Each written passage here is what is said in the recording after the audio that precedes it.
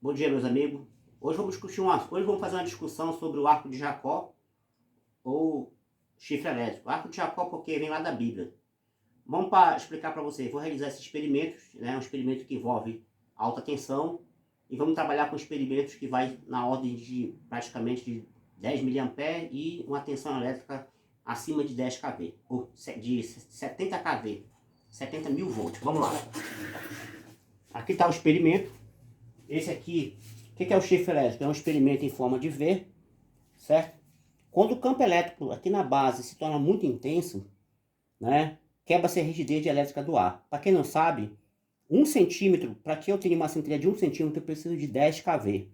Ao estabelecer uma corrente elétrica, entre aspas, íons e elétrons, o ar ao redor se aquece.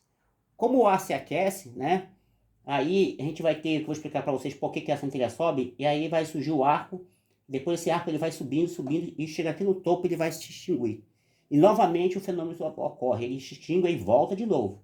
E assim vai se suceder o fenômeno. Vamos lá.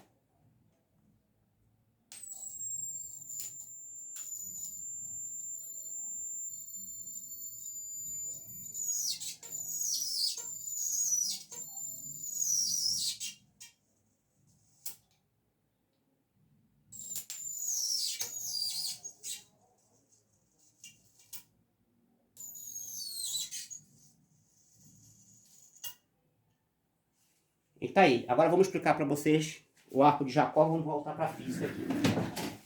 Olha para cá então. Escada de Jacó ou chifre elétrico. Por que essa centelha sobe? Primeiro a gente tem que ver que a lei de Joule fala o seguinte, lei de Joule, né? Que o calor é igual ao quadrado da corrente elétrica pela resistência e pelo tempo. Moral da história. Toda vez que eu tenho corrente elétrica sobre um condutor, ele se aquece. Segunda ideia é a lei de Arquimedes, que fala o seguinte, que o empuxo é igual ao peso do volume deslocado, né? Então, aqui se eu tenho uma parte fria e uma parte quente, eu posso dizer que o empuxo aqui, o empuxo é maior do que o peso. Então o corpo sobe. Você deve estar pensando, poxa, então por isso que o balão sobe? Exatamente. A outra lei é a lei de Paschen, que fala o seguinte, que a distância dessa centelha, a distância, tá, da centelha, ela é inversamente proporcional à pressão do gás ionizado. Certo? Então, olha para o chifre elétrico aqui, ó. Você vai olhar para o chifre elétrico aqui. Certo?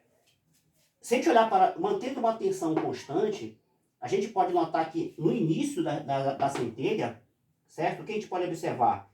Que a gente tem uma densidade ρ1, uma pressão P1, certo?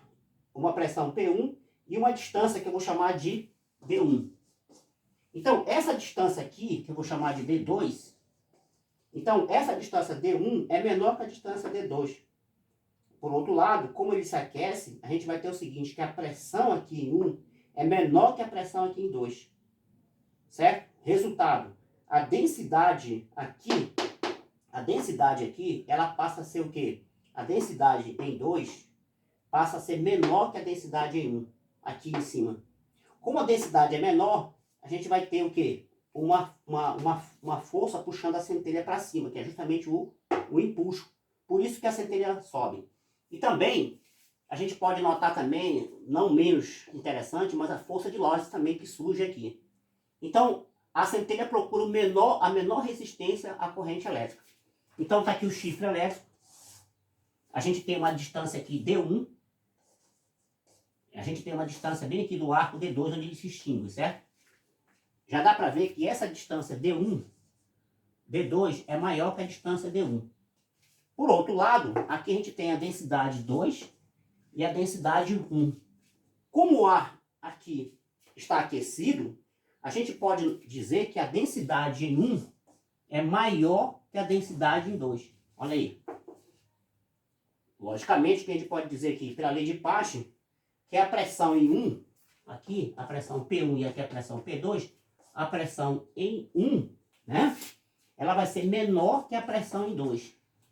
Então, logicamente que aqui você vai usar a lei de Arquimedes, a gente vai ter que vai aparecer uma força subindo a centelha, que é o quê? o empuxo. Por isso que a centelha sobe, tá? Aí eu acho que já dá mais ou menos que você deve para explicar que a corrente elétrica ela procura menor resistência gasosa. Por isso que essa centelha sobe. Eu vou utilizar agora aqui um capacitor feito de garrafa PET. E olha o que acontece agora quando a gente coloca um capacitor. A gente vai tentar colocar esse capacitor.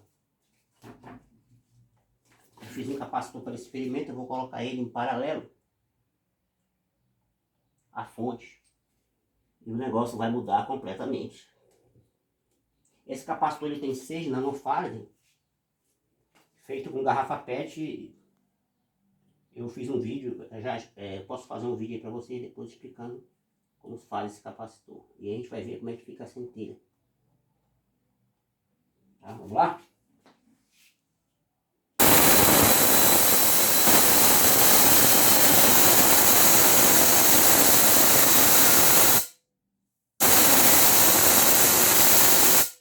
Você viu que o brilho da centelha, ele fica mais brilhosa e mais saltitante. Bom, esse capacitor ele pode estar carregado, então descarrega ele. Eu já descarreguei. E para finalizar, vou mostrar para vocês o tamanho dessa. Isso aqui é feito com freeback. Eu vou mostrar agora para vocês.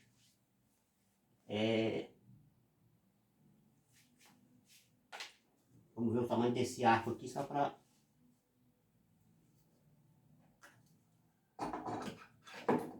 Não tente fazer esse experimento, pessoal, porque ele é muito arriscado. Então, eu vou mostrar agora para vocês a ruptura, a rigidez elétrica do ar.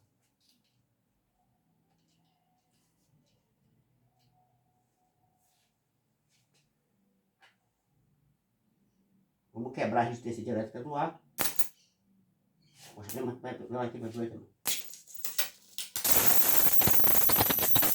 Ó, faz as contas aí.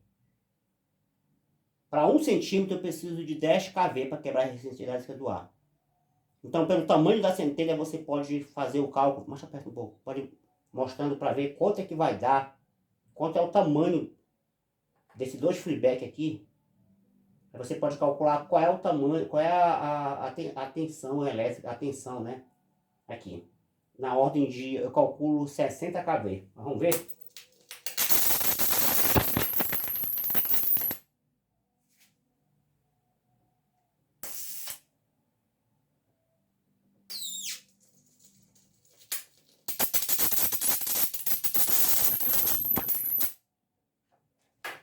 Espero que vocês tenham gostado. Mais uma vez, não tente realizar esse experimento se você não tem um conhecimento adequado de física e um pouquinho de conhecimento, um pouquinho mesmo de eletrotécnica, tá? Mas só para a gente discutir aqui alguns parâmetros da física que eu acho interessante para esse canal de vocês aí no Facebook. Falou, gente, um abraço.